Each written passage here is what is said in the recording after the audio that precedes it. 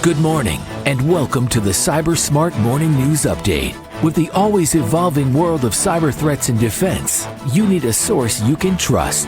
FBI retired Special Agent Darren Mott guides you through today's intricate cyber landscape and brings you the latest headlines and insights and what it means to you.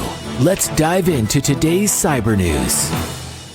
Morning, friends. It is Thursday, March 20th, 2025. Welcome to the Cyber Smart Morning News Update. I got 6 stories for you this morning. I'm going to get right into it. Try to maybe get you out before 15 minutes, but something tells me I probably will not make that promise. But anyway, from theregister.com, Connor Jones reporting, attackers swipe the data of 500,000 people from Pennsylvania Teachers Union.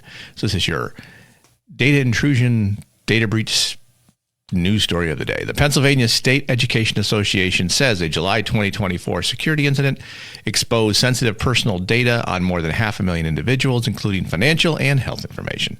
The nonprofit, which represents more than 178,000 education professionals in the U.S. state of Pennsylvania, confirmed the data was stolen during a July 6 attack. According to the state of Maine Attorney General, the breach affected a total of 517,487 people.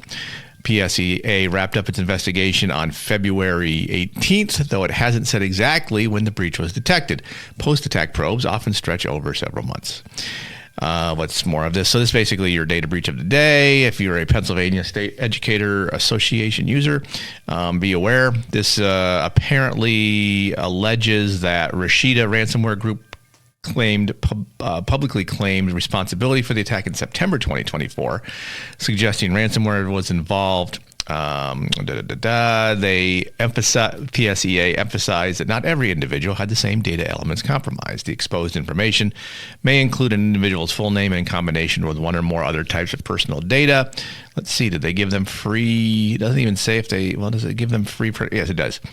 They are offering credit monitoring and identity restoration services free of charge, but only to individuals whose social security numbers were compromised. So the rest of them still have to deal with the after effects of this, where fraud could still be committed against them. It's not like you only need social security numbers to do bad things, but okay. But anyway, so that's, again, that's your data breach information of the day. Next is from cybernews.com, Polinas Grinkeviskis reporting. Cyber criminals upgrade the Tycoon 2FA phishing kit as PHAAS, or phishing as a service attacks surge. Cyber criminals are increasing phishing as a service attempts in the first months of the year, making their attacks more complex and evasive. From January to February, Barracuda Network said it observed 1 million phishing as a service attacks using the most popular tools, Tycoon 2FA, Evo Proxy, and Sneaky 2FA. In February, an outbreak of attacks using the Tycoon 2FA tool was noticed, which was used in 89% of the attacks overall. How does this work? Well, to steal user credentials and exfiltrate them to an attacker-controlled server, Tycoon 2FA now encrypts the script with a Caesar cipher instead of storing it in plain text. Okay, whoop-de-doo. How does this work? My question is, how does this work? What is the attack methodology? Let's see if it even talks about that. It would be useful. So it's interesting to know that this is becoming a problem, but how does it work? They don't say. So again, this is very unhelpful article in the sense of saying, here's how this particular attack works. I'm assuming that this particular phishing attack somehow gets in the middle of a login attempt by you and then is able to acquire your 2FA code. That's the only thing I can figure is how this is working. But oh yes, okay, here it is. Through phishing emails and malicious links, I'm sorry, they do have the information. Evo Proxy tricks the victims into entering their credentials on seemingly legitimate login pages.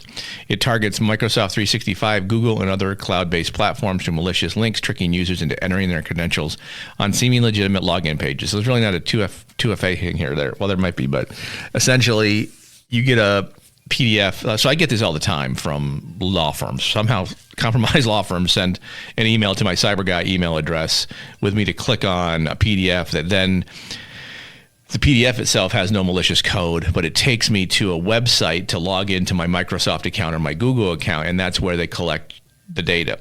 Now, why is this increasing? Because people are falling for it. So, I mean, again, I talk about these things all the time. This is not the first time I mentioned this kind of attack methodology. Yet, I mean, obviously, this is not a largely listened to podcast, let's be honest, but certainly there are millions of people who are falling for this, which is why the bad guys continue to use it to upgrade, to enhance their tools, because it works.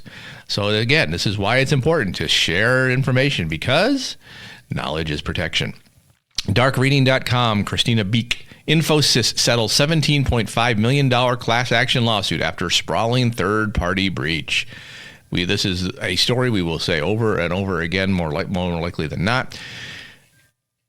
Infosys Limited has agreed to pay a $17.5 million settlement for 6 class action lawsuits filed against its subsidiary Infosys McCamish Systems in a 2023 data breach. IMS first disclosed the breach with the Security and Exchange Commission in November 2023, said the attack disrupted certain applications and systems in its company's network, but provided few other details, as they never do provide details. In 2024, other companies began notifying their customers that their data had been impacted by this third-party breach. Fidelity Investments, life insurance company, sent out notification letters to nearly 30,000 affected individuals. Bank of America reported at least 57,000 of its customers had been affected, and American Express notified customers that their credit cards had been exposed in the breach, though its own systems had not been compromised by the incident. An investigation revealed that IMS had been breached between October 29th and November 2nd of 2023, allowing the attacker to obtain personal data of downstream customers that it stored on its systems. The stolen data included individual names, social security numbers, states of residence, bank account and routing numbers, and dates of birth. In April of 2024, IMS disclosed that roughly 6.5 million people had been impacted by the breach and that it had substantially remediated and restored the affected application and systems by the end of 2023. Here's the key on that line: substantially remediated. I mean, they hadn't completely remediated, so it certainly was a huge, huge problem. I don't want to say who did this, but the point being, this is where a lot of these data breaches places are going. Companies are having to settle because there's just no way around that the PII causes problems, will cause problems for people, and they need relief because as your data is stolen, you are going to need basically a lifetime of protection against the scams and frauds that bad guys will do, because they don't have to wait. I mean, they don't have to use your data immediately. They can wait. They can do a whole bunch of things. It is not good. All right, from an interesting news file, Tim Stark, Cyber Scoop, Capital One hacker Paige Thompson got too light a sentence. Appeal court rules. Okay. 2 of the 3 judges said 5 years probation and time served didn't match the severity of the crime, among other reasons for overturning the sentence. We don't hear this very often. A federal appeals court overruled a district court judge's sentence for Capital One hacker Paige Thompson this week, deciding that the sentence of 5 years probation and time served was too lenient, describing the hack as the second largest data breach in the United States at the time, causing tens of millions of dollars in damage and emotional and reputational harm to numerous individuals and entities.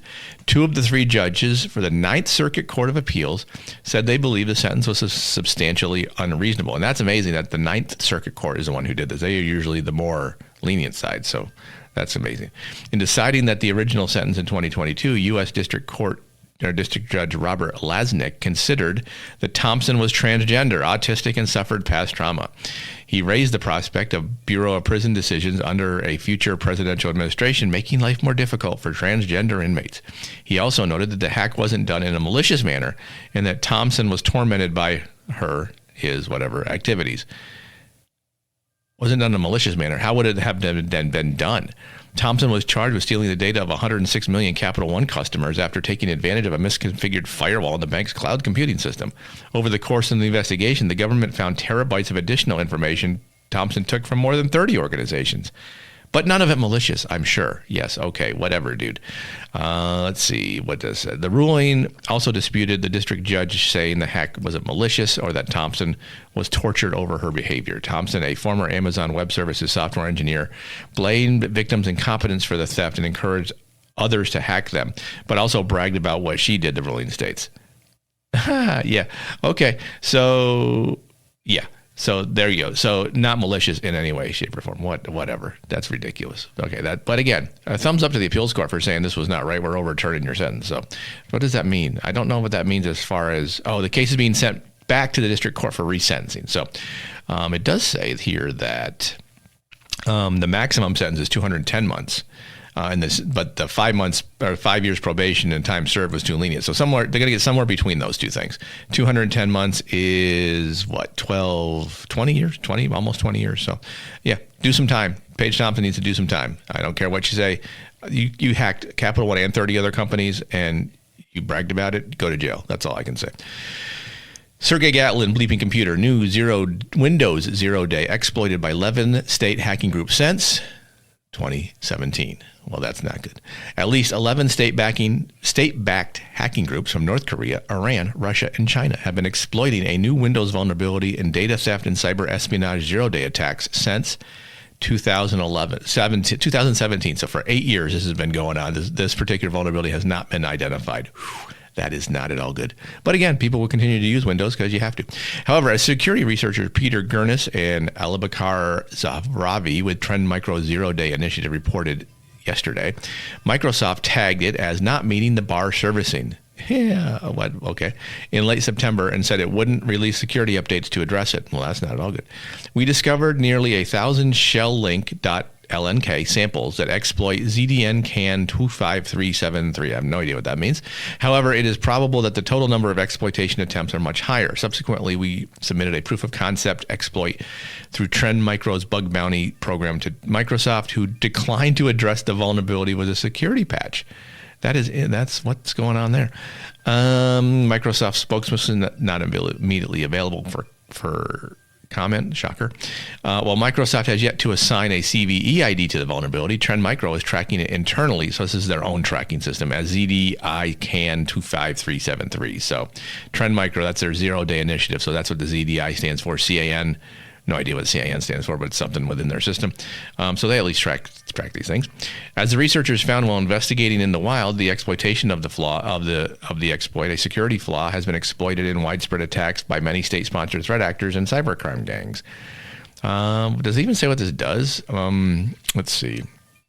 This heavily exploited Windows vulnerability is caused by a user interface misrepresentation of critical information weakness, which allows attackers to exploit how Windows displays shortcut files to evade detection and execute code on vulnerable devices without the user's knowledge. Threat actors exploit this by hiding malicious command line arguments within a link shortcut file using padded white spaces, adding the command line arguments structure.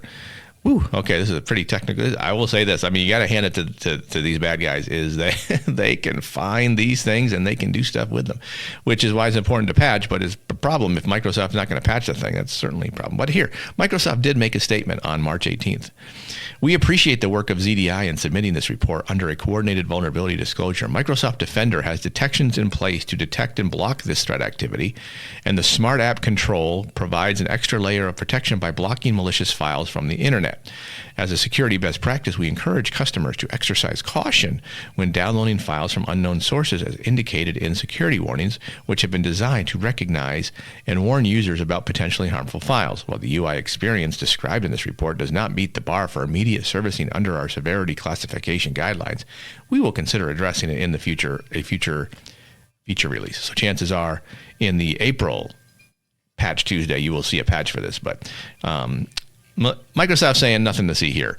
All these bad guys saying this is great. Don't patch it because it keeps working for us. So because again, it's being used because the bad guys recognize it. There's actually 1, 2, 3, 4, 5, 6, 7, 8, 9 groups at least that have been identified as actively exploiting the flaw. Why are they exploiting it? Because the flaw works. That is why. I have one more article real quick. There's a new botnet. It's called the 1111 bot. 1111 bot infects webcams and video recorders with a large concentration in the U.S. So it's a new botnet that's comprised of about 30,000 webcams and video recorders. So basically, if you have this, please make sure you patch and update your stuff because that will hopefully will keep the bad guys out of your Internet of Things devices and keep them safer. With that, I'm going to let you go about the rest of your Thursday. Thanks so much for taking the time to download. Apologize for not getting out on Wednesday. I was traveling all day, so I didn't have a chance to get around to this. But we will be back again tomorrow with more news because the bad stuff never stops. And then we'll be bad guys doing bad things, and I'll be here to tell you all about it. If you have thoughts or questions, please email me, Darren at the Cyber Guy. Hit me up on LinkedIn. Do all the things. As you go about the rest of your day, know that knowledge is protection. If we can understand the threats targeting us, we can assess our risk, proceed wisely. Thanks again for listening. Have a great rest of your Thursday.